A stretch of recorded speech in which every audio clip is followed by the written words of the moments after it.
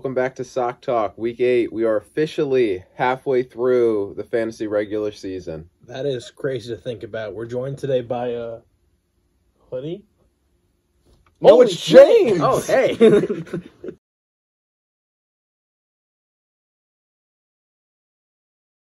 That's right. James will be joining us this week. We might as well get right into the news. A lot of trades this week. Probably one of our busiest trade weeks that we've had in a while. So let's just get right into it. The first trade, Ethan received a 2024 second from Steve in exchange for MVS and a 2023 third. Immediate thoughts there. MVS kind of falls into that not Kelsey guy on the Chiefs. I think he's a boomer bust receiver. He does get a decent target share, so I do like that, but nothing really substantial that I would be like, oh wow, that's a huge move. But I would love to hear your guys' thoughts. It's a trade. It's definitely a trade. I think it's pretty fair. MVS will put up like 8 most of the time, but as like a second flex option, it's not the like craziest thing. And then a 2024 second is just a fine pick. I don't know. Nothing shocking. Yeah, it's a nice depth for Steve, I guess, and for a team that is, I guess, the king of depth at this point. It's kind of just an ad trade. The next one we got actually involves Adam. He received Olamide, however you say that last name, and a 2025 third in exchange, sending Kenny Golladay to Evan. That's another trade, man. Golladay really not living up to the hype of the contract in New York, as sure as Mr. Michaud knows. Adam, what was your thought process through that trade? Well, Golladay, he was doing more harm than good for the mental health. He was felt like someone like you couldn't cut because it's like, man, what if he gets going? But then he also just hasn't been getting it going for the past 2.5 years. And then Olamide, he slot receiver on the Falcons, not really going to provide a ton of value. 2025 third was just like a pick for him. But I guess my only hope with Olamide is like Falcons have a lot of holes on their roster. Maybe next year they draft a QB or something, switch QBs, don't really address receiver because they have a ton of other holes. He kind of stays in that slot receiver role there and maybe just could be a spot start flex guy 1 week. Yeah, I mean, that's pretty fair, James. Yeah, I mean, as a Giants fan, I wish it was that easy to just, give Golladay away.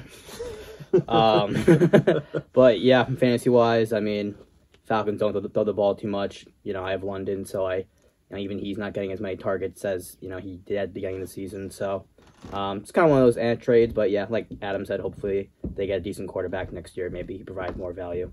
So yeah, I could definitely see that.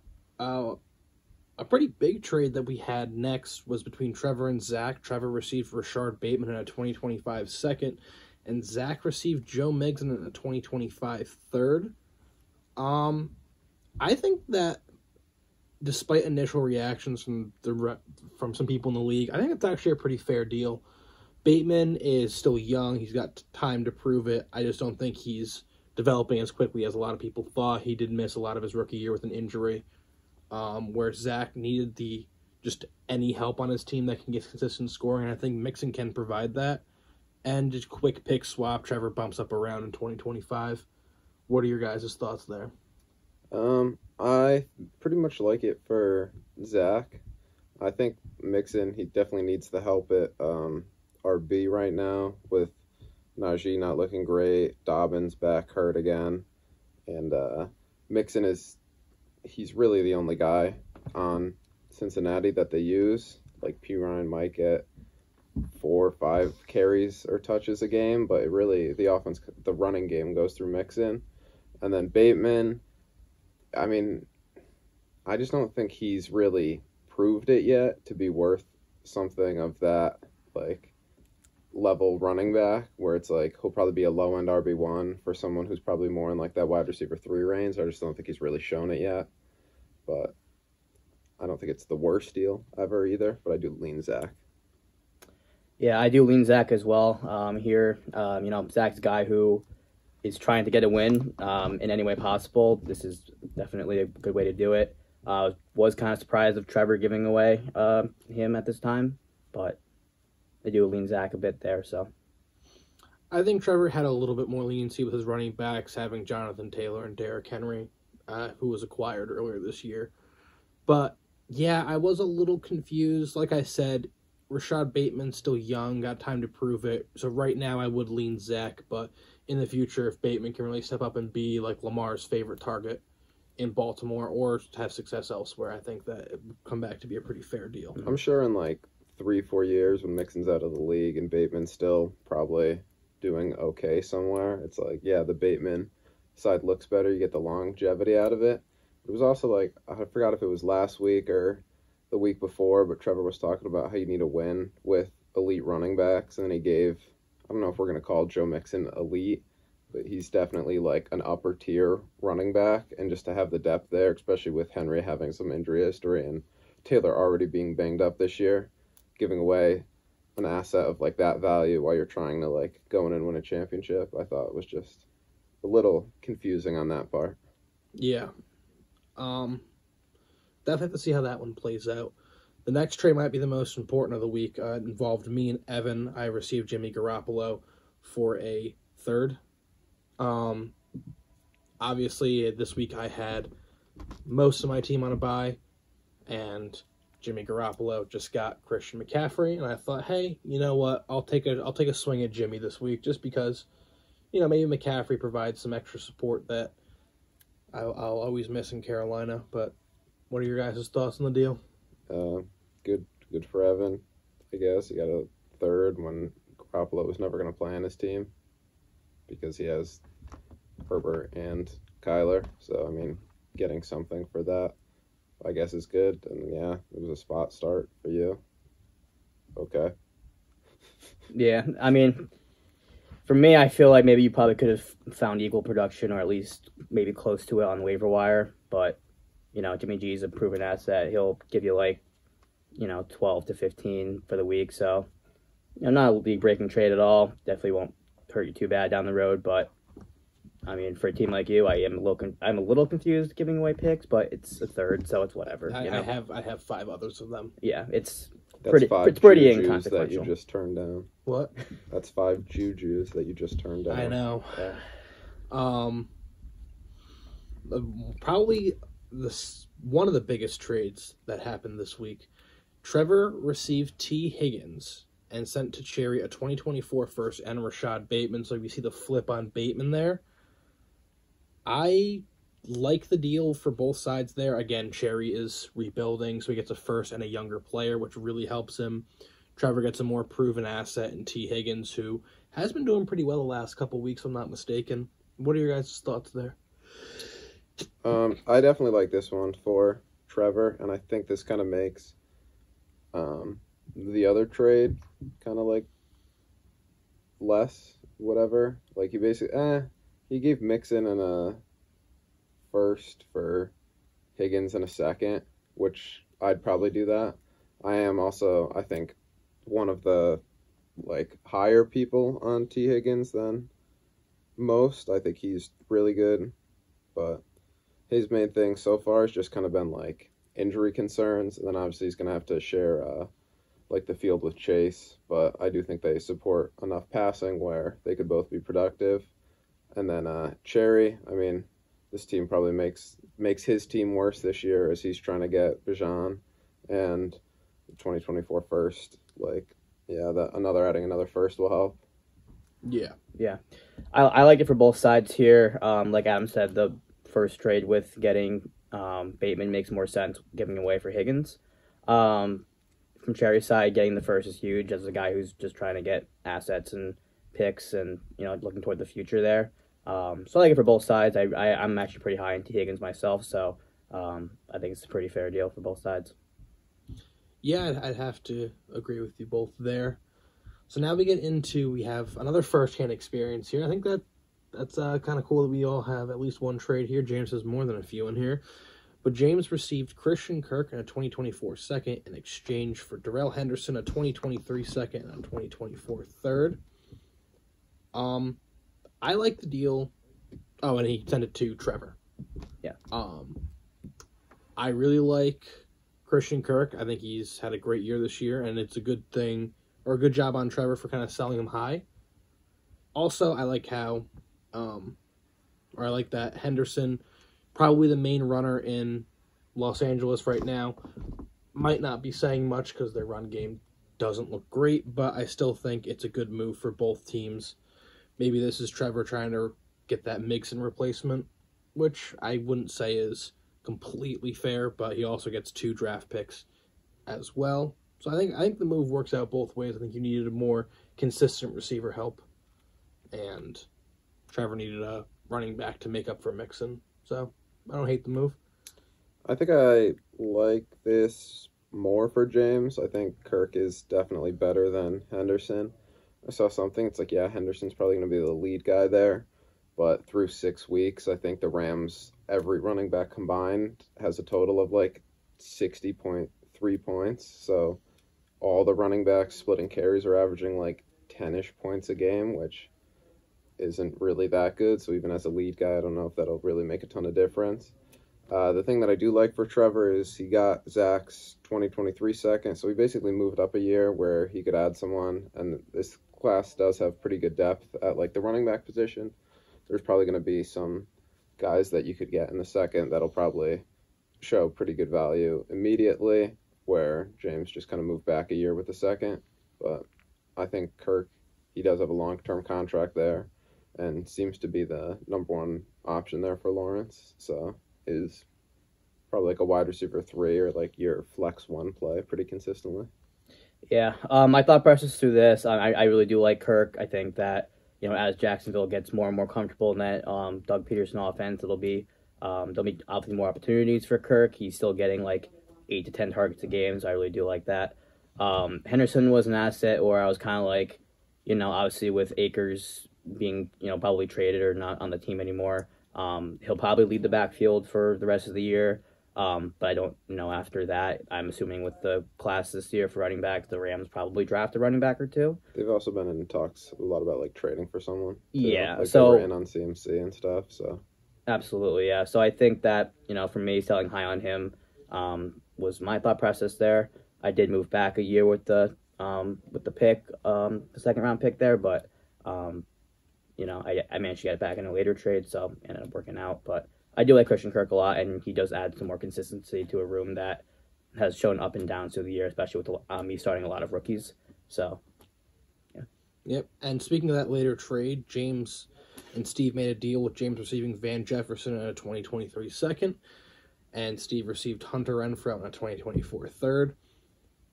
Another trade I think is pretty fair. Van Jefferson hasn't played this year because he's hurt, but you do get the better pick, where Renfrow, he's supposed to be good, and he gets a decent target volume. I think he's just been more or less disappointing this year. He's had a fumbling issue, a drop issue. I don't hate the move for Steve. It's, again, a guy on his team that has a higher floor than some other people that he might be starting, especially now that Jeff Wilson might as well be useless with CMC in the mix and Elijah Mitchell coming back, and among other things. But I'd like to hear your guys' thoughts on it. I mean, the Raiders' main target is obviously Adams, and I don't know if Hunter Renfrow's really that guy. If he's ever I don't think he'll ever be a wide receiver 1 like he was last year, 2 years ago, whenever that was. So the trade was basically a 2023 second for Renfrow with just like whatever else involved, and I'd probably lean the second. So yeah, my thought process to this was essentially like, again, I didn't really like the direction Renfrow was trending in, even with Waller being out. We're in and out of the lineup for the past few weeks. He still hasn't seen the production that maybe you would like to see from him. But yeah, I mean, I definitely like Van a lot. He's a guy who was pretty consistent last year when he was healthy, and I think he has a lot of potential. So, and I like the second round pick for this year. I think it's Steve's. I think it's his own. So I believe it's yeah. So which, depending on how the rest of the season goes, I think could be somewhat between like maybe like pick 4 and pick 6 or 7. So I do like that for myself. So Yeah, definitely. I would also kind of lean James. Maybe Renfro breaks out halfway through the season, decides to become his old self, but with Devontae Adams there, it's going to be a little harder. Pivoting to another Steve trade, Steve received Tom Brady in exchange for a 2024 third to Cherry. It was a trade, so you've got a QB. Let's just move on. All right. will Steve ever forget the QB room? We don't know. Next up, Trevor received Matt Stafford in exchange with Matt for Granson, a tight end on the Colts, one of like their 90, and a 2024 third. It was a trade. Trevor got a QB. Let's move on. Yeah, basically. Yeah. And lastly, this happened in the middle of the game last night. Griff got Devontae Parker from James for a 2023 third. I just want to say that I had this trade pending with Griffin for about a day and a half. As soon as Parker made the catch, it was accepted. So I was like, I mean, hey, that's what I was kind of hoping for. So That's pretty good. Yeah. Adam, thoughts? I don't know. I think Parker might be worth more than just 1/3. I don't think I'd pay a second, but maybe 2/3. So I don't know. He seems like he could be a flex option, especially in some of these bye weeks coming up. So I do like the move for Griff, who's sitting in first place in his division right now. I think it definitely makes sense for both me and him. Obviously, he's a guy who's 6-1 and is, aiming for the playoffs, and it's another depth piece. For me, it is Cherry's third, so that could be early third round, which I like. And I wasn't really planning on starting Parker really at any point this year, so I like it for both sides. Well, that about wraps up trades this week. I know it was a lot. Adam, remind me of the injuries that happened this week. Well, the big one, obviously, is Breece Hall. ACL, he's going to be done for the year, but it was a clean, only ACL meniscus. So that means he should probably be ready for the beginning of the next season compared to a Javonte, who might miss some more time, even though his injury happened a few weeks earlier. I think this signs better for his recovery in the future. We'll probably still be a little down next year, as you saw with Saquon, Dalvin Cook. The first year back from the ACL is usually a little more rocky. Gotta kind of get a year under your knee coming back to kind of get that full confidence in it. So I guess we could expect that 2024 season for him to really hopefully get back into full gear. So definitely hurts for Ryan's team and my Jets, obviously.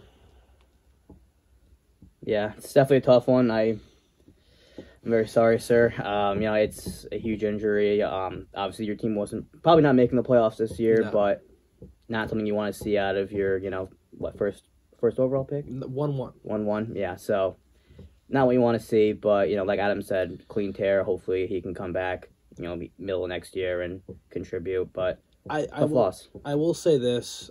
If this injury was going to happen, I would prefer it to be this year and not maybe 2 or 3 years down the road where he's a little bit older and you don't know how he's going to come back from it. I think he's, 22, 23.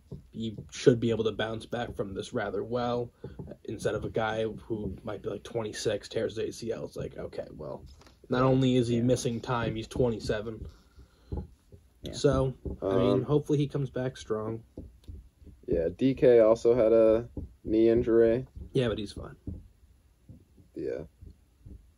Well, I think isn't he missing a few weeks? Yeah, but it's not a whole year. I mean, that's still it's still significant. Significant. Yeah. It's DK Metcalf. Yeah. Mike Williams had a high ankle sprain. Their bye is, I think, either this week or next week. It's this week. Yeah, that'll help. But he's still gonna miss probably 2 to 4 weeks after that. And then I think with high ankles, it's also coming back, production's a little bit lower for that first few weeks. So if Evan is sitting in the playoffs, Mike Williams will probably be good to go by then. But just getting through this tough stretch, especially with buys, teams are already getting thinner. Losing a plug and play starter definitely kind of hurts this team. But then Amon-Ra got concussed, kind of. They said it wasn't even really a full concussion, but he was kind of wobbly when he got up, so they had to keep him out, but he should be good next week. So nothing too serious there. Njoku also got a high ankle. Kind of the same thing with Mike Williams. I think this pretty much hurts Jasmus's team a lot, as Njoku was performing from the tight end spot pretty well for him, putting up like 10, 15 a game. Now he has to go to like Robert Tonyan, who knows what that's going to be, but the rest of his team kind of makes up for it. Lazard hurt his shoulder. I don't know. I think that's only going to be like a few weeks, or he's just questionable. I don't think it's too serious. I'm not completely sure. And then, like, Jets and Giants both lost pretty big pieces on the O-line. Evan Neal is going to miss like 2 to 6 weeks, and Elijah Vera Tucker out for the year with an elbow injury, so could maybe see a little bit of like a decline from the running backs there, even the passing game, with just depending on who they get to plug in for those guys. But yeah, it was a pretty big injury week 2. A lot of trades, a lot of injuries too. I feel like this is the first week where it's kind of been like a lot of big name players are actually getting hurt. I feel like every other, besides Javonte, it was like, who else has really got hurt? Like a few guys missing 2 weeks. Keenan Allen just not playing for the first 7 weeks. Yeah, but I don't know. It was a pretty pretty big. Like, all right, we think Keenan's gonna be back this week. No, he's not. He was finally back last week. That was the big Keenan news. Yeah, did not do much. Also, quick in real life NFL trade news. 2 big running back trades. I'm sure you guys have all known. Carolina Panthers traded Christian McCaffrey to the San Francisco 49ers in exchange for all their picks. Yeah, I do think it's an interesting landing spot. I think it definitely helps the 49ers as a NFL football team. I think fantasy, I think McCaffrey probably gets a little bit less like work than he would have on the Panthers, because the Panthers, it was like him and DJ Moore and nobody else there. There's so many options. I also think this kind of hurts Kittle. Kittle might be blocking more. I think it hurts Debo. I think a lot of those under routes where Debo kind of makes his money, I think those will kind of go to McCaffrey now. I think Ayuk isn't as hurt but just so many mouths to feed there. I think that's really the main issue with having so many talented players, could make it a little murky for fantasy. Yeah. I think for McCaffrey personally, like, yes, you're going from, or going to an offense that has a lot of mouths to feed, and obviously there's Shanahan there, but you are going from, like, probably one of the worst NFL offenses to a pretty good one, so I think that might even out there, but I agree with that you might downgrade McCaffrey a little bit, but I think he'll still be pretty much fine, but should be. And the second big trade happened yesterday after they declared Breece Hall had a torn ACL.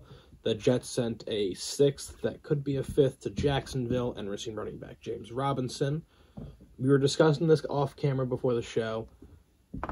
How do you think they're going to use Robinson compared to Carter or Tyler Johnson? Kind of what I've heard from some of the Jets like beat reporters is they think he's like a pretty good between the tackles power runner, so I could kind of see him, Carter, and Johnson all getting some work throughout here, kind of think of like the 49ers 2 years ago, where it's like, okay, this guy's just kind of having a good game, we're going to ride him, we're going to get a lot of people involved, kind of make the offense more dynamic with just subbing a lot, getting different looks out there.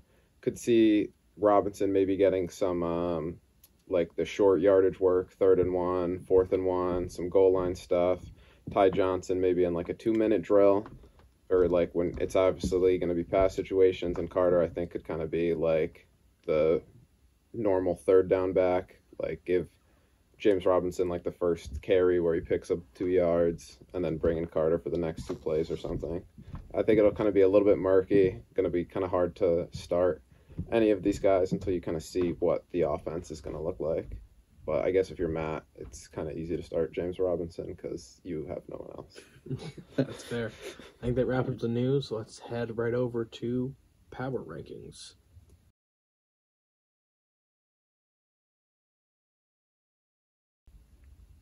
All right, we are back. Post Week 7 Power Rankings. Coming in at number 19, we have Matt. Matt hasn't broke 65 in a while. It's been pretty ugly. One of his bright spots Bellinger is now blind, which we didn't talk about in injuries, but like that one was pretty gross.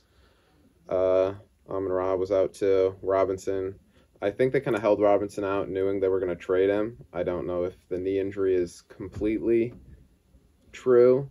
I think it was more like, we're planning on trading this guy, let's not run him out there and get injured. So maybe on the Jets. I still don't think he's like a great starter by any means, but that could help out Matt. And then I guess the bright spot there is Khalil Herbert. Put up 15 last week, has had some good weeks here and there. And I think the Bears coach said they're just going to kind of ride the hot hand. And it seems like Montgomery probably better at like breaking tackles, but Herbert's got more juice. But yeah, Matt doesn't really have anything going on, and there's like no shot I see him making the playoffs as we're halfway through the year. Yeah, no. What a weird time when we're like, wait, is Matt's team good? And then I think the last 4 weeks have shown, no, he is not. Yeah, you kind of sense the regression back to the mean here. It's just his couple good players that he has are now hurt, so now especially Matt's team just stinks. I'm sorry, Matt. Don't apologize. He knows what he did. Number 11, we got Cherry. He's also 2-5. Bright spot here, obviously, Kenneth Walker. He's just been very, very good rusher over these past few weeks. He has, I think last week he was over like 160, and the other few games he was like almost at 100, so he's been really good there. He added Bateman, right? That's who he added. So he added another young receiver. He's got Godwin still. I think Gibson is kind of carving out a decent role there, where it's like Brian Robinson's getting the early down work, and they kind of bring in Gibson for more passing stuff instead of going to McKissick and just some like gash runs. I don't think Gibson's kind of a great play either, but as an RB2, I guess it's fine. Another team where don't really see much hope of him making the playoffs. Don't think he really wants to. I think he'd rather lose to Matt and get pick 1, but I think that would also be pretty hard for him to do. Yeah, I also had Cherry at 11, as well as Matt at 19. Like I said, he's trying to lose, and the only thing that puts him over Matt is that he has his own pick, so he can kind of do what he wants to, where Matt is not only bad, but relying on other people doing bad to get a better pick. So yeah, those are my thoughts. I actually had you in the slot, unfortunately. Motherfucker.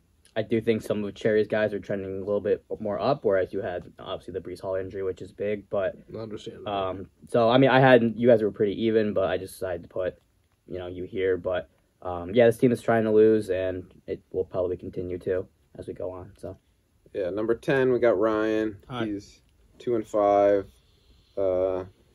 Yeah, losing Hall obviously I think kind of puts a nail in this team's playoff hopes coffin. That wasn't good English, but I wasn't expecting to make them regardless. Yeah, I think Carter's probably a little bit like, I think people are expecting him to take a pretty big role. I don't know if I necessarily see that from what I've seen this year. He hasn't been too great. Rondale Moore, after getting a ton of targets, Hopkins came back and those kind of stopped. Seems like Hopkins is the guy there. Debo, we kind of talked about this with the McCaffrey trade. I think he got out-targeted by like 4 other players on the team this week, so that wasn't trending in a great direction for him. But I do think his talent's still so good that they're going to get the ball in his hands and he'll still be pretty valuable. But yeah, QB's probably still his best player. If Connor comes back and Eno kind of fades more into that background role, looking for that second flex spot will be pretty tough. Yeah, it didn't help that DJ Chark's on the IR. After he hasn't played a game since I traded for him. I thought, hey, get a good field stretcher, a good flex guy. No. What's his injury? Does anyone know? I don't fucking know. I think he just might be dead. Yeah, I think he passed. died like 5 weeks ago, and they just refused to say it. Like, we really want to pay his family, though, so we're not going to, like, announce his death. Like, has anyone of us physically seen DJ Chark in the last 5 weeks? No. I haven't. But So. This was his ankle. I'd say if there's one thing good to come out of this shitty week for not only me as a Panthers fan, but me as a War Eagles owner.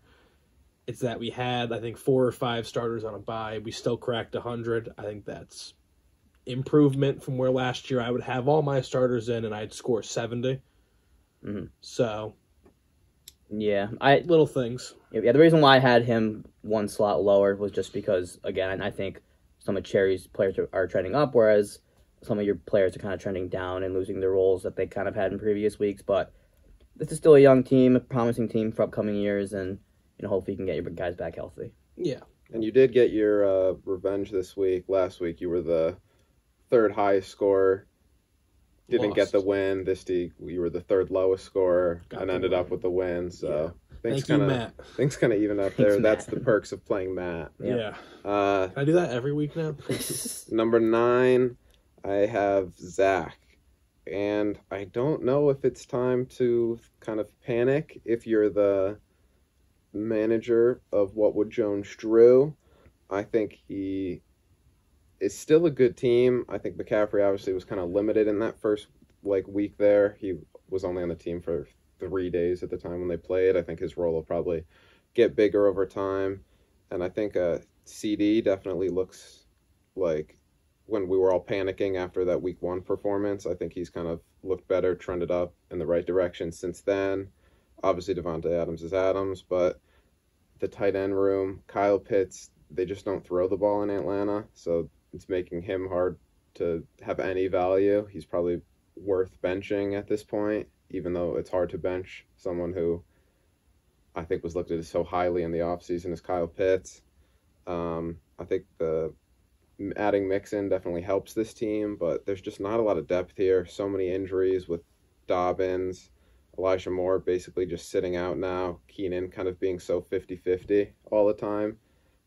Maybe with Mike Williams out, Keenan coming back, that could help him, but this team really needs some wins now, and they need it pretty badly. Yeah, I did have Zach at 8. That being said, I'm usually the guy that says, this roster's so much better than what the record shows. It's time to just admit, maybe this team isn't good. Mm-hmm. I also had Zach here at 9. I do still really like his roster, but I think you guys kind of touched on it last week. You got to just win some games. Yes, you've been in some close ones, but excuses are over. You got to string a few together at this point. He is lucky to be in the division that he's in, where, he still has a fighting chance, whereas if maybe he was in the other division, you might talk about, tanking the rest of the year. But I still like this team going forward. I think that, he'll string a few together, but it's time to prove it now. Yeah, I was kind of trying to look ahead this week at a lot of people's future schedules and kind of what they'd have to do. Right now, I think basically for Zach's team, he needs to win the games he's supposed to win and beat Evan in both of their next 2 matchups. I think if he loses one, especially if he loses both to Evan, I think his playoff hopes are pretty much done. But I could see him and Evan basically having that same record or just being 1 win apart. I think Zach currently does have the points for advantage by 20. So that will help him in the future if they finish with a tied schedule. But I think him and Evan fighting for that last playoff spot will be pretty close. But number 8, I do have Steve. Steve's 3-4, and he sits at 5th in our division. Last week, Steve kind of did okay. I think Aaron Jones had a pretty big week, and Chuba, he did good for the Panthers in that week. I think he got hurt, missed kind of the last quarter of the game or something. He said that he could come back, but at the time I think it was already 21-3, and they're like, we're not going to risk it. We're already down running backs as it is. Didn't seem like a long-term injury or anything, but just not getting him hurt. I think he could be a decent contributor as a flex play in the upcoming weeks. And then his team basically runs through Kelsey, and we'll need a bigger showing out of players like Robert Woods. Dalvin coming back will obviously help this team.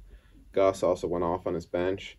If you could get Gus in the lineup and Gus continues to play like he did this week, I could see this team turning around, but it's another one where I think he's going to be having to really tally some wins in a row here with not the easiest schedule coming up to if he wants a shot at the playoffs.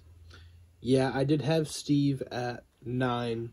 I liked Zach's roster and season outlook slightly better. Again, as James said, Zach's in a better scenario where he's not trailing that many games in the playoffs, and he's got separate, or I shouldn't say he has separation because all three of us, me, Cherry, and Zach, have the same record, but I think he has an advantage in that division where Steve, he has to pretty much bank on you two or Ethan just kind of falling apart at the end.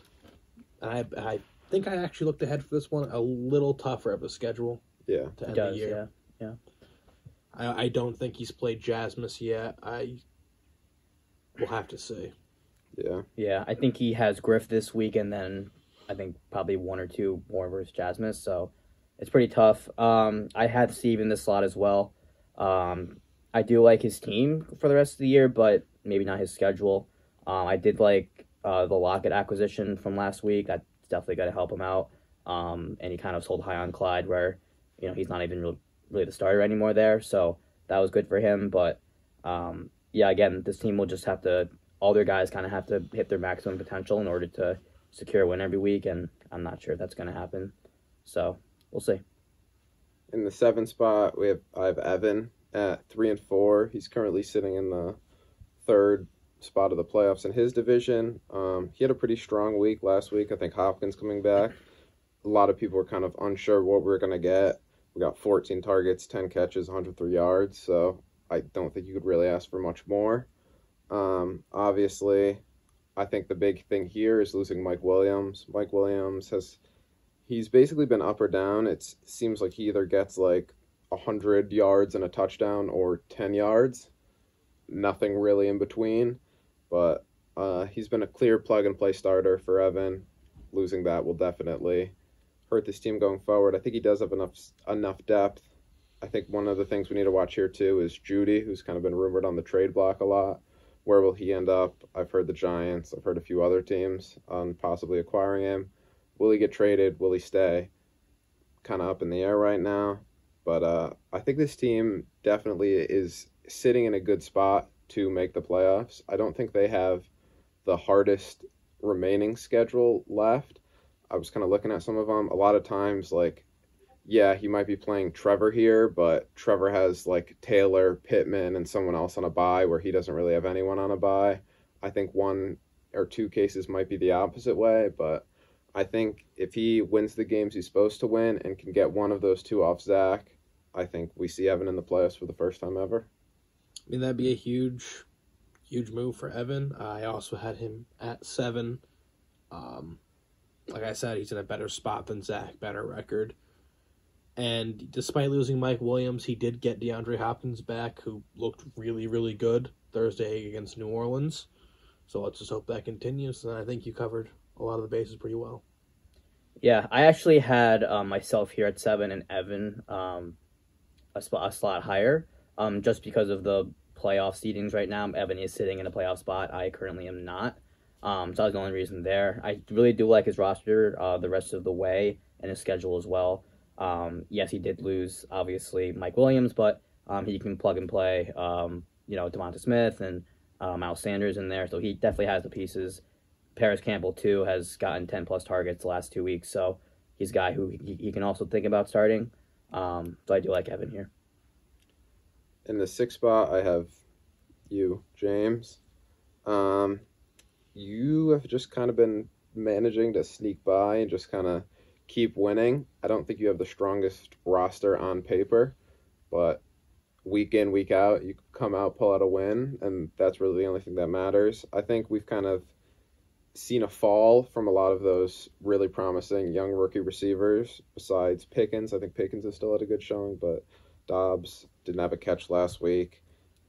London, they're just not throwing the ball, so it's hard to get him involved. But, I mean, the Pierce pick, that looks genius now. He's getting 20 carries a game, has been a really efficient runner.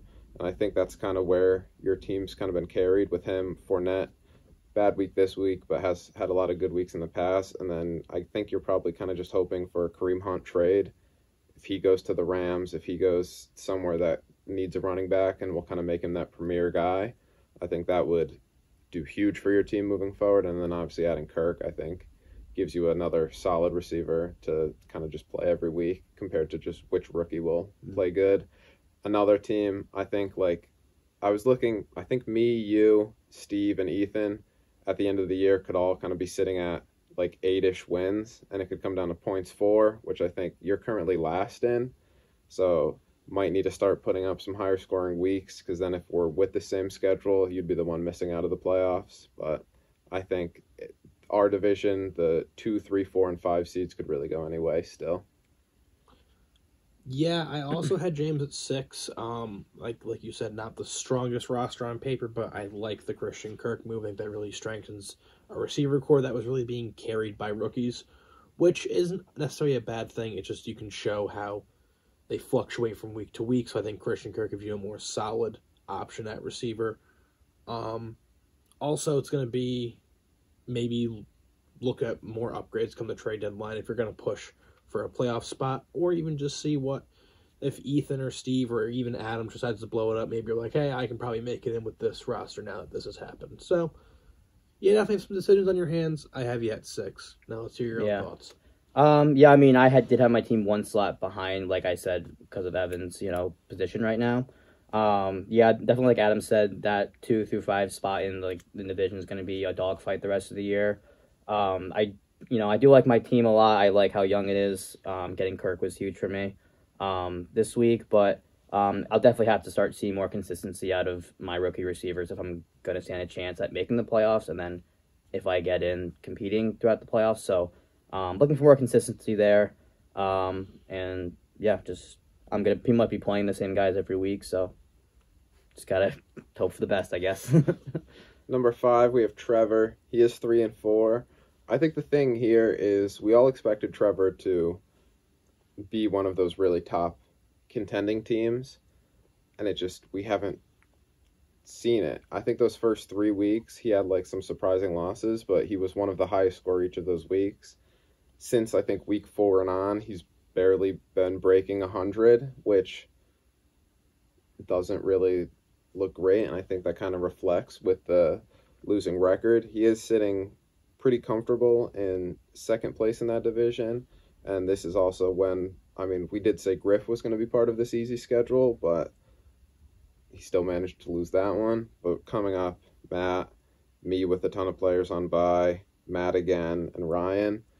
If these aren't 4 wins, then I think we really have to panic on this team. I think when he does get these likely 4 wins and he's sitting at 7 and 4, probably still in second in the division, I think a lot of the fears are going to be put to rest. Still is a good team that just haven't been performing like we expect. I had Trevor at 4 and you at 5 just because I looked ahead at Trevor's schedule and said, all right, it's despite that he lost this week to his supposed easy week, he's still got a cupcake schedule going through.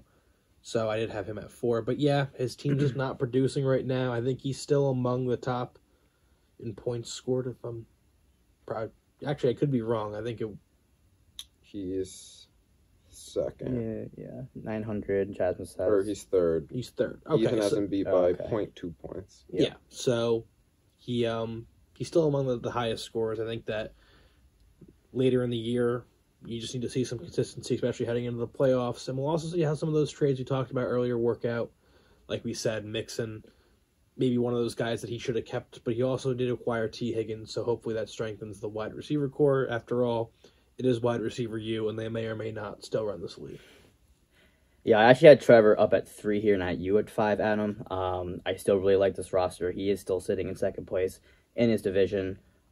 He's still probably not someone you want to have matched up first round of the playoffs.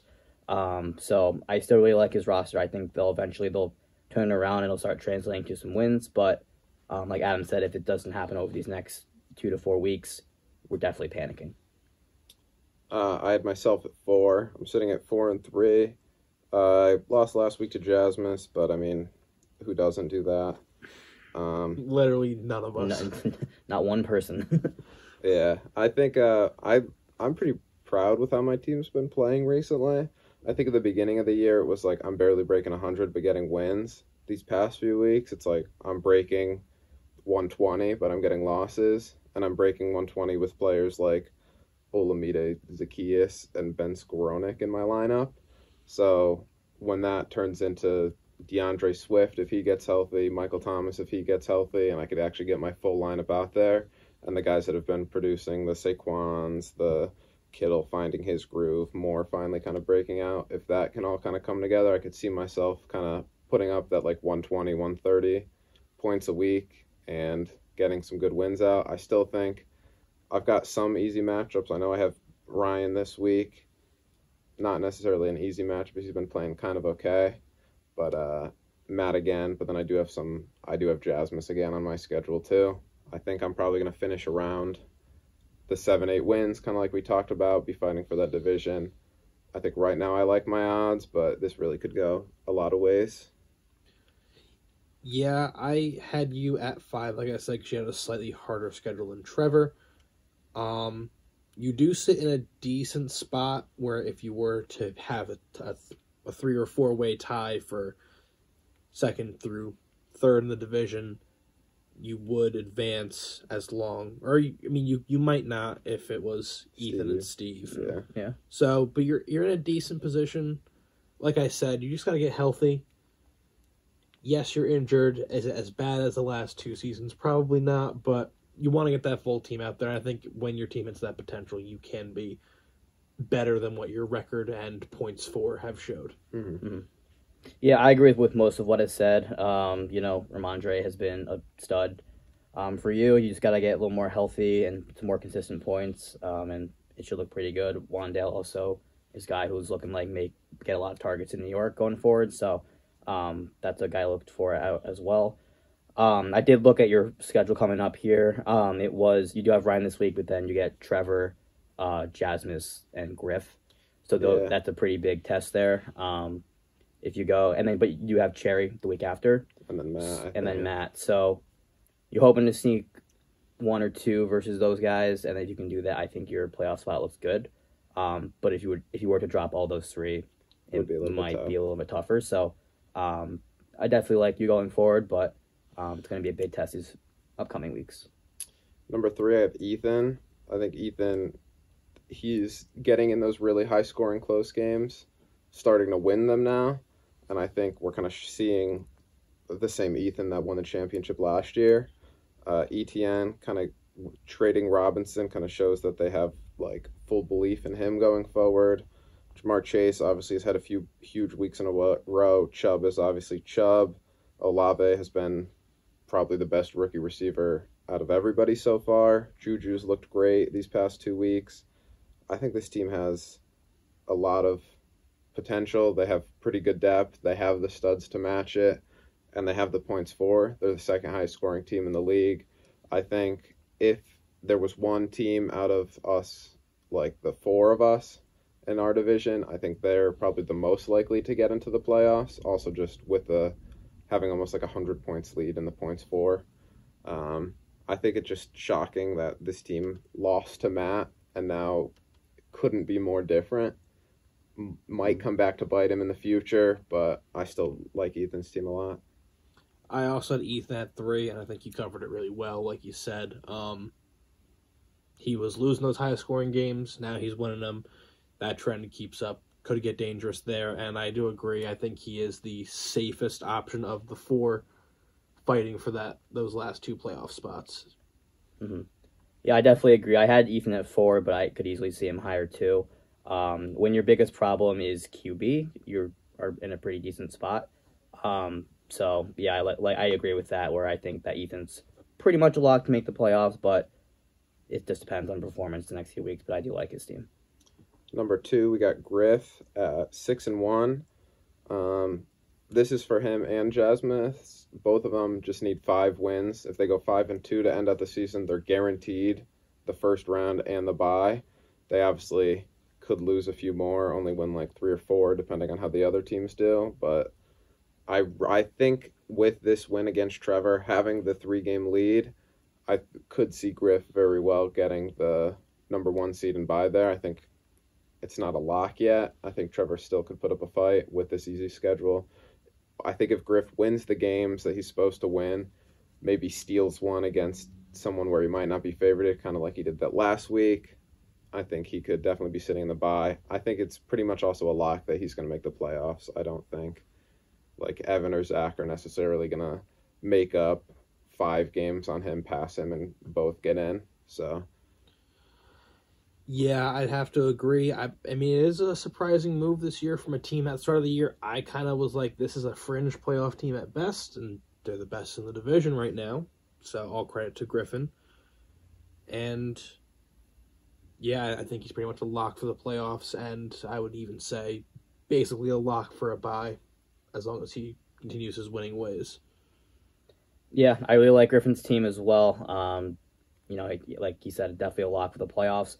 I think his biggest thing going forward, and like especially when he does get to the playoffs, is will he choose the right flex guys to play?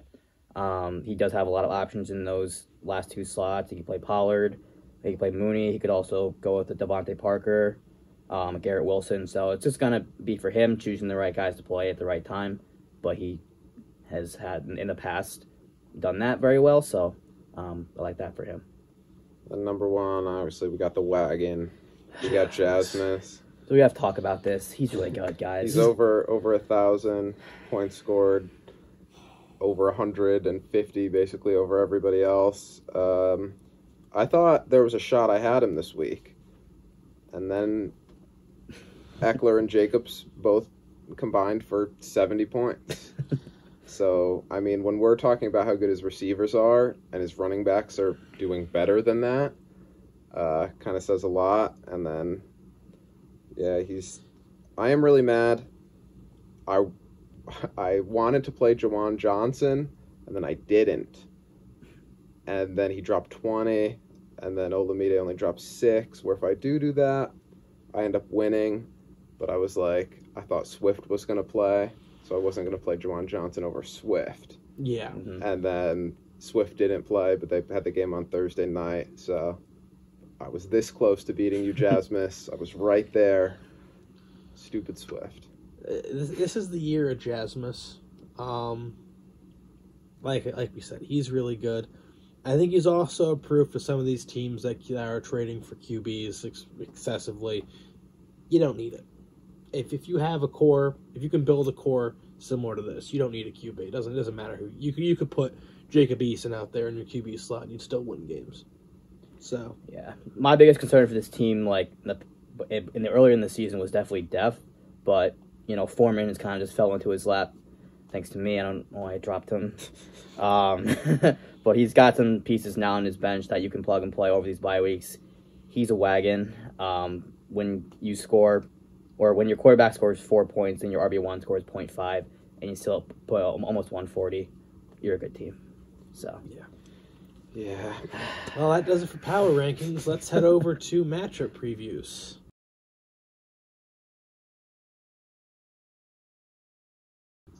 All right, we're back with matchup previews. Recap from last week. Special guest Bobby, which his thing will be like here or something, I don't know, went 2-4. And Adam and I both went 3-3. My all-time record goes to 22-20. Adam's goes to 26-16. Because we tied, I'm going to be picking first here. And I think the matchup that I'm going to take is wide receiver U versus the Bison. I think that's a pretty easy one to go against. Players I like this week, most of Trevor's team. Players I don't like, most of Matt's team. James, make some sense out of this. I just have to agree. Trevor really needs a win, and no better time to run into Matt. So, wide receiver U, I'm taking. Adam, yeah, obviously you're stuck with Matt. Yeah, I think Matt's about to get hot. Amon-Ra comes back, drops 50. Yeah, Trevor's been only putting up like 100. Matt's broke 100 a while ago. I could see it. All right. All right. So, Adam, you get second pick. Which matchup are you taking? I'm going to go with Jasmus versus Cherry. Taking the me approach of taking Jasmus. Taking Jasmus and trusting in Jasmus. Do we believe in Jasmus? Players I really like in this matchup. I like Tua and Hill versus Detroit. Also like Kupp versus San Francisco and Godwin versus Baltimore. A lot of the matchups in this general matchup are not favorable for certain players. So who do you take to win, Adam? Taking Jasmus. He's just got the good players. It'll probably be like, oh no, this is the one random Jasmus down week, but who knows. He does have Eckler on a bye. Eckler's been RB1 on the year, so like that's probably going to lose 20, 30 points, and knowing Njoku will probably hurt him a little bit too. Having to go with like a Tunyon or who even knows. Gene Degura. That's Josiah, but Gene Degura. Yeah, but I still think Jasmus gets the win unless Cherry does something. Like, his guys just play really well. Yeah, Sleeper has this as a 62% for Jasmus, and that's with Njoku still in his lineup scoring 0. So I gotta go Jasmus here. Just has the better players, but who knows? Maybe Cherry will get hot. Obviously, I think Jasmus is gonna win. But just like Matt, I think Cherry catches fire this week and just really, really does well, and beats Jasmus for the first time. And he also loses out on Bajan, but in reality, Jasmus is probably gonna win. So I have third pick. And this is also, I forgot to mention, this is the first time that we didn't pick beforehand. We're picking now. So I'm kind of looking through here. A lot of questionable ones. But I'm going to go with Devil Rays versus the Cranberries. Really like Mostert versus Detroit, Jay Jetta and Thielen versus Arizona, Boyd versus Cleveland, and Renfro has a decent matchup against New Orleans. One of the biggest downsides is another week where Steve's matchups just don't favor him. You could say, yeah, Brady could go off against Baltimore, but Brady couldn't solve Carolina, so I don't know about that. I'm going to take Griffin here. So, Adam, you will be rocking with Steve. Yeah, he doesn't have the great matchups. He also has Kelsey on a bye, which definitely hurts him. But I think, Aaron Jones showed he's good. I don't know if he necessarily does it against Buffalo, but I think Cook could come back off a bye, have a pretty big week. And if, Lockett catches the big play, Woods catches a big play, could happen. I think, yeah, Griff has the better matchups and probably the better team, but I'm not going to rule out Steve's chances yet. Yeah, I am going to go with Griffin here. I think the Kelsey being out is going to really, really hurt him. He can't really count on a 30-burger from him. I just like Griffin's matchups better, and even his quote-unquote bad matchup with Josh Allen versus Green Bay, I still think he drops at least 25, so I'm going to go Griff here. All right, Adam, that leaves your second pick. My next pick, I'm going to go with the James and Zach matchup. That would be What Would Jones Drew, or if you're Bobby, What Would Jesus Do, versus the Crusade. Really like Evans versus Baltimore here. Also, Daniel Jones is a favorable match against Seattle, so good for filling with Mahomes on the bye. And Brandon Cooks versus Tennessee seems like another favorable one. Another matchup where there are a lot of unfavorable matchups for both sides. Adam, who do you take? I'm going to go with Zach. Sorry, James. I think when it comes down to these tougher matchups, I'm going to take the more proven talent than the young guys to come through. I think Kirk up against Surtain. Surtain's kind of been shutting down everybody. I think that's a tough matchup for him. And then I don't think, Cleveland's run defense hasn't been well, so I think Mixon could probably have a pretty big game there. I think it just comes down to the more, proven players, McCaffrey in the bigger role. I don't know. I don't think this will be a blowout. Zach needs this win. horrendously. If he loses this one, it's time to worry. So I'm going to take Woodward Jones Drew with their back up against the wall. I would have also taken Zach. I'm sorry, James. But I'm fine having James. I think that, again, it's going to be a close matchup, and I think your team is a really boom or bust, so let's hope for a boom week. Let's go Crusade. Yeah, let's go Crusade.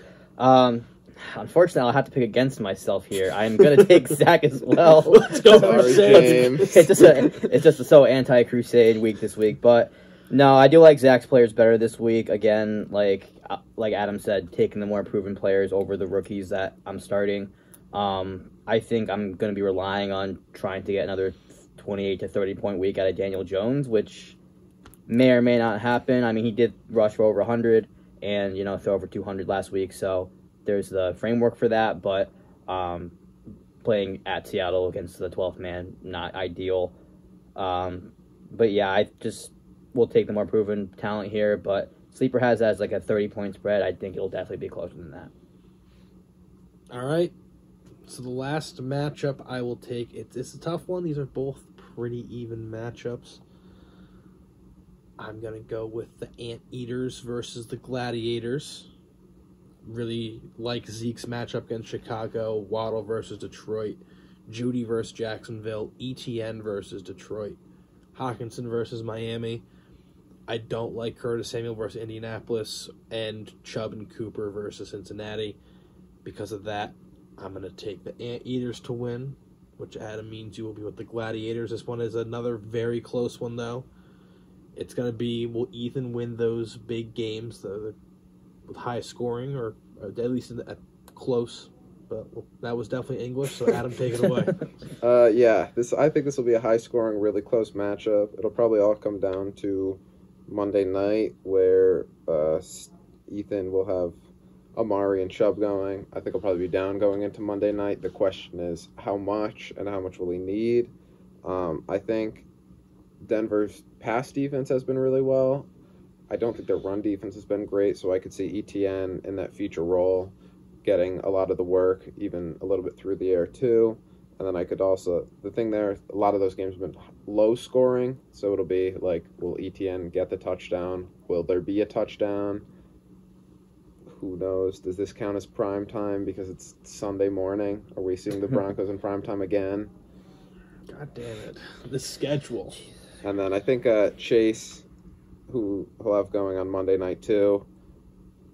Yeah, we'll have 3 guys going on Monday night, 3 of his more proven players. I think they'll probably combine for a good amount. Ethan just has to try to keep it close on Sunday. I think Evan definitely has a lot of pretty solid matchups. I like Devonta Smith versus Pittsburgh. Same thing with Miles Sanders. I just don't think Pittsburgh's defense has really been the same after losing Watt and just having so many injuries there. But I think it'll be a close matchup, but I'm fine with Ethan. All right. And yeah. Oh, yes, I forgot. There's a you're third good. person here. Yeah. I actually am gonna rock with Ethan too. I think Evan's players do have the better matchup, but looking piece to piece, like on the matchups with the player to player, I do like Ethan's players a little bit better. Again, it will come down to Monday night with most of Ethan's players playing then, but I think you'll get a narrow victory here. All right, and that leaves the final matchup. What I think is going to be matchup of the week, what Adam's going to call matchup of the week, and if James, if you don't call it matchup of the week, you're never coming back here. War Eagles versus Dragons. Adam Ryan, the Sock League matchup. Sorry, Sock Talk matchup. The only Sock League match. The only one. The one only one ever. The Sock Talk host matchup. Adam, who are you taking? It's tough. It is tough. It's. I think the last time I looked, it was like 50-50 or 51-49. Yeah, I feel like if I take myself, I'll lose. So that makes me want to take you. But I am going to have to backing myself against my co-host right here. Saquon's been a stud. Him going up against Seattle. Seattle's defense hasn't been great. Could see that being kind of high scoring. I think they'll play pretty well there. DJ Moore finally showed some life. Atlanta hasn't been great defensively or offensively, so They've been more offensive than offensive. yeah, I could see him getting some work. There's obviously rumors of some trades here and there for like a Judy. Don't know if that happens this week or next week or at all, but if he's gone, I think Sutton gets the main target share. And the real main thing is, will Swift play? Will Michael Thomas play? Who knows?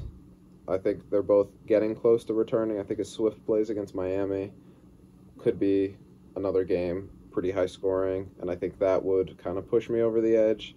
Though if I am forced to start Olamide, then I could definitely see this being more towards you. Kind of depends who's going to play and who's not, but I'll back myself. Yeah, like you said, Saquon has a really good matchup against Seattle and Moore versus Atlanta. From my side, I like Hurts versus Pittsburgh and Singletary versus Green Bay. Green Bay's run defense just hasn't been what it's supposed to be this year. As for bad matchups, Michael Carter versus New England. New England kind of shut down Chubb, and Carter is not Chubb, nor is he Hall, who's not going to be in this matchup. And I don't like Kittle versus the Rams. Last time they played, Kittle was back to his left tackle role. I did have you winning, but I'm always fine rocking with the War Eagles. Now, James, who do you want to hate you for the rest of this week? This is a tough one. I stayed up all night thinking about this. I hope you did. I really hope you did. I have to rock with the commish here, Adam. That's smart. You stay in the league. You might not be able to come back here. Exactly. And you might have something edited over your face for the entire episode, but at least you'll still be in the side. That's fine. That's fine. The reason being, I just like, Adam's matchup's a bit better, especially his running backs. I think Barkley against Seattle, like you said, it's going to be a high-scoring game. I personally am going to think that Barkley's going to put up at least 27 versus Seattle, honestly. I could see that. And especially, like you said as well, if Swift plays, I definitely like Adam more, but it's going to be a very close one. I really don't like Montgomery versus the Cowboys. The Cowboys probably have the best defense in the league, in my opinion. So I don't like that matchup, as well as Carter as well. So I think Adam wins here in a close one. I will be there to watch the Ramondre Stevenson versus Michael Carter matchup. I'm going to the game this Sunday. Can I have Ramondre back? You gave me broken goods. What did you know that he didn't? Yeah, what? Nothing. I just traded him. He got hurt on the trade over to Ryan. Ramondre, they gave him a little juice on the plane. I think Adam traded him to me, then flew to Detroit and took a crowbar to Chark's ankle and just like, all right, now the trade's complete. Yeah, that's why it took him 3 hours to accept the deal, because he had to get to Detroit and Detroit PD's been on the phone with me for a little bit, so there's an investigation going on, but yeah, I would now like to veto that trade. I'll be very torn though, rooting for the Jets to win, but then not Michael Carter, and then rooting for Stevenson to do good, but the Patriots to also lose. And the Patriots played like last night; they're probably going to lose. And hopefully they do the same thing. Turn Stevenson into Austin Eckler. That's what I'm rooting for. Give me 8 more targets, 8 catches. All right, that's it for matchup previews. Let's head over to questions in the league. Let's go.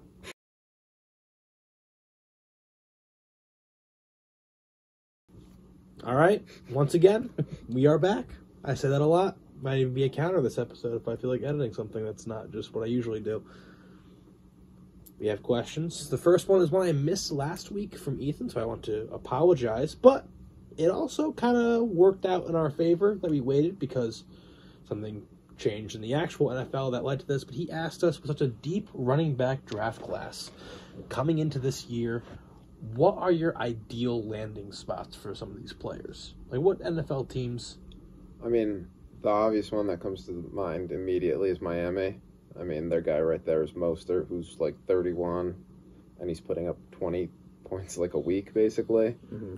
I think if they get someone young, they get a Bijan, they get a Gibbs, they get a Tucker, they get a Zach Evans, they get anyone in this class, I think they immediately become pretty valuable just with how much you need to fear Hill and Waddle with their speed, and just the McDaniel has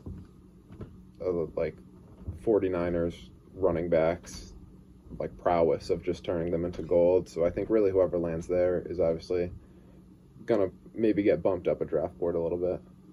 Mm-hmm. I think my 2 spots I'm thinking is one, LA, the Rams, just because I don't think Henderson's really that good. and I think he'll lose a spot next year to someone they draft. So whoever lands there, looking pretty good. They also have Kyron Williams too, who hasn't played yet, I don't think, but the Rams definitely likes him, but I don't think he's really that good either. So I don't know. I mean, the biggest problem with the Rams is when's their first pick this year? Do they have a pick? I have to look that up, but my immediate reaction, obviously, as a biased fan, Carolina. I don't think Donta Foreman or Chuba Hubbard's going to get it done. The long way, Carolina, especially looking at pick 32, because there's no Dolphins first-round pick this year. Snag a running back if in the early second, kind of like the Jets did with Hall. They took Hall, I think, like the 4th or 5th pick of the second round. Mm-hmm.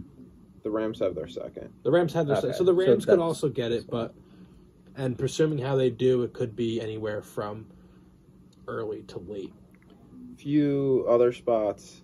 Rams, I'm a little worried about. I just don't know how great their O-line is right now. So that would make me a little bit worried. One place I could definitely see, Sanders, I think might be done in Philly after this year, and he's having a great year this year. I think them also having the 2 first-round picks, they could just go get Bijan and turn that offense basically unstoppable. A really good O-line, mobile QB, stud running back with Devonta, and A.J. Brown with Goddard at tight end. It's like, I think that becomes one of the best offenses in football just immediately, and they'd still have another first-round pick to go address another need.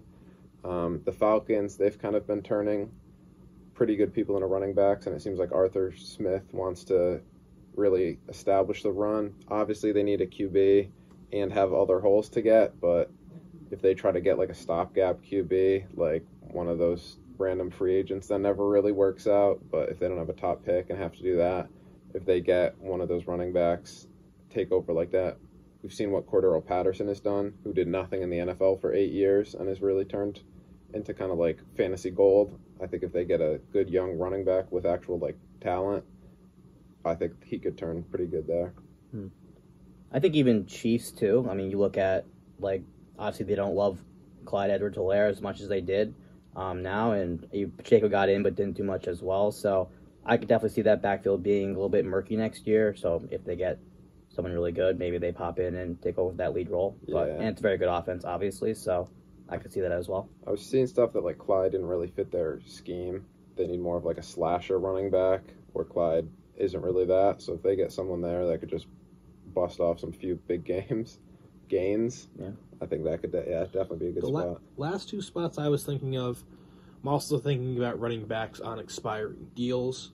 I was going to say, do we need a James Robinson replacement in Jacksonville because he's on an expiring deal? He's now on the Jets, and I don't think that the Jets are going to take another running back, although you never know. They could take a running back 3 years in a row.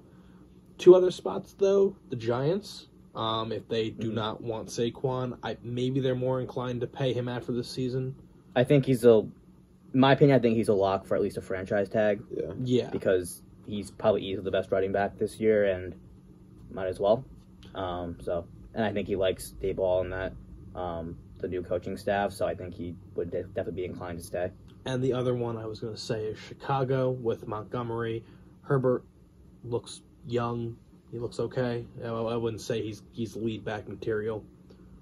So maybe looking at seeing where Montgomery goes. He's a free agent. I doubt that Chicago re-signs him. He might be another franchise tag guy, or they bring somebody else in.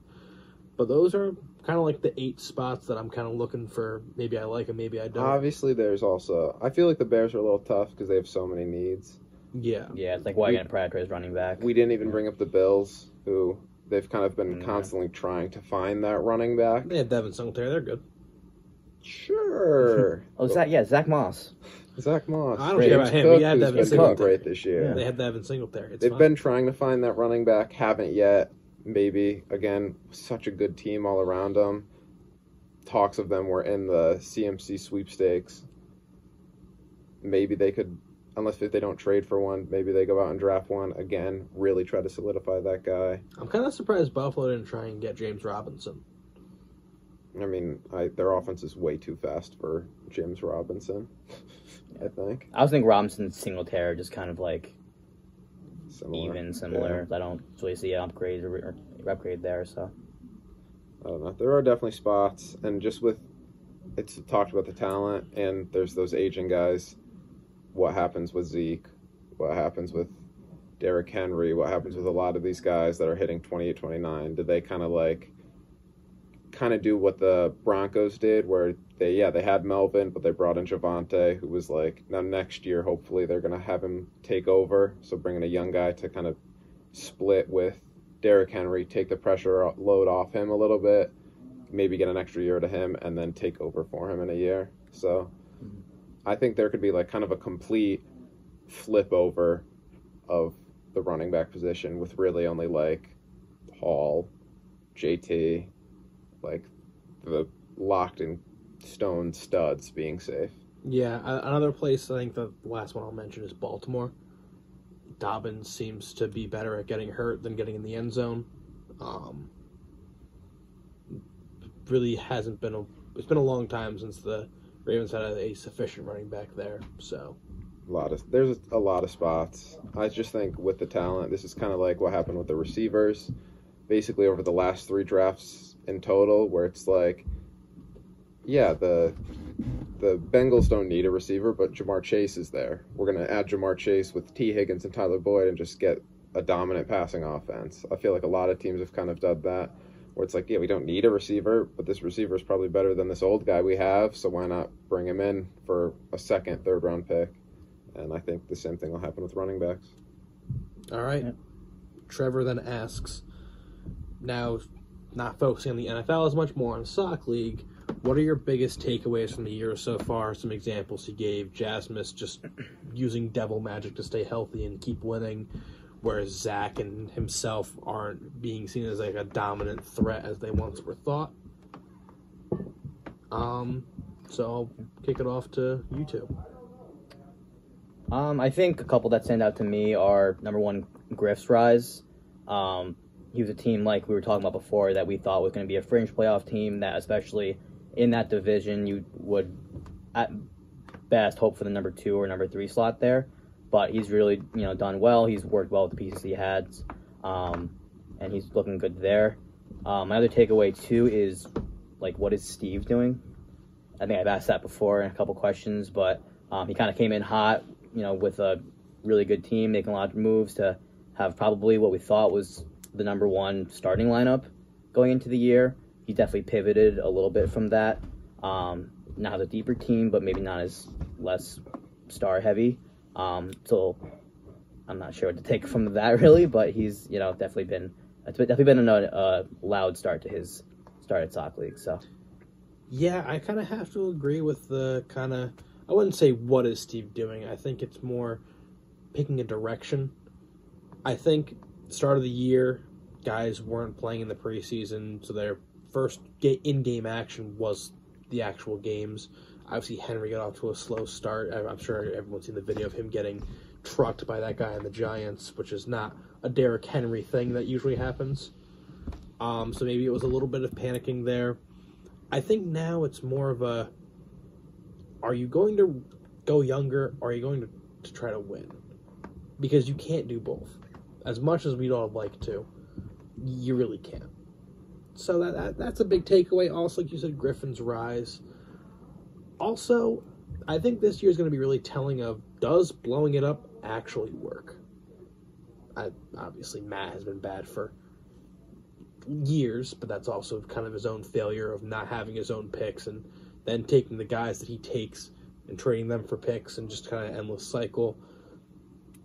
I obviously haven't been doing spectacular this year. Cherry just starting out. And even Zach, after all the trials and tribulations of being the first team to ever blow it up, still not finding that success. So maybe that's something to look towards the end of the year and be like, maybe this doesn't work, and maybe the 4 of us are just fucked. I do think Cherry's teardown's obviously different than, like, the other 3. Like, yours, Zach's, and Matt's were basically like, you don't want anyone on that roster playing. I think Cherry still has, like, a Godwin who's a valuable asset. Damian Harris, who's still, like, a good player. Bateman, who's a good player. He still has guys that's, like, young, getting better, like Sky Moore, developmental. You're not playing him yet. he still has like pieces to build around, and he's just looking to like he has like a few cornerstone pieces, and then is drafting to fill the team around it. Where it was like you guys are like, okay, hopefully I draft my cornerstone piece, and then also draft the guys to fill around it. So I think his is a little bit different, and I think Ethan did also basically completely blow it up. He won a championship. His went well. He had a great draft and made some really smart trades. So I think it's harder than we think to completely blow it up because it's such a iffy hit rate. Like we look at Zach's draft where it's like he had half the picks. Who turned out good out of those?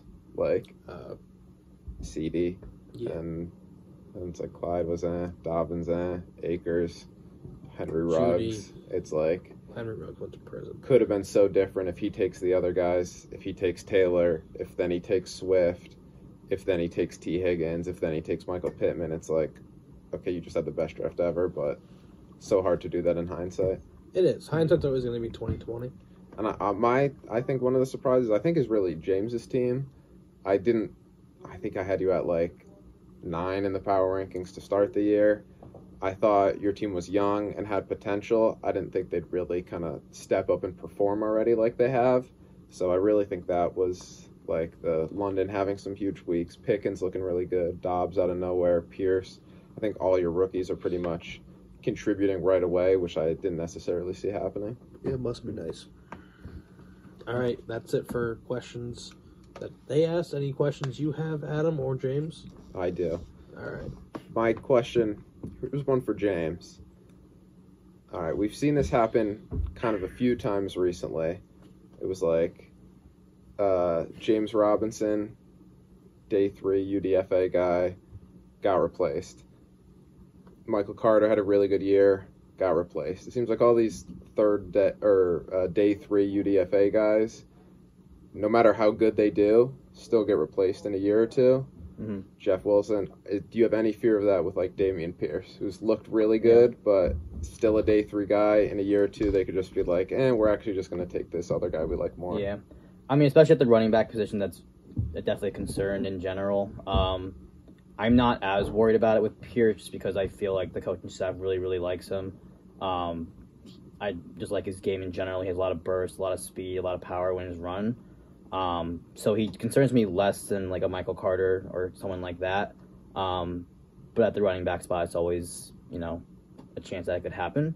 And the Texans aren't really, really close to competing at this moment. So maybe they move off him or something like that, or trade him somewhere else where he's part of a committee. So that's always a scare.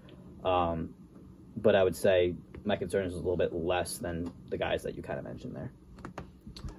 And then next question. All right, we just saw it. Ryan took Breece Hall, 101.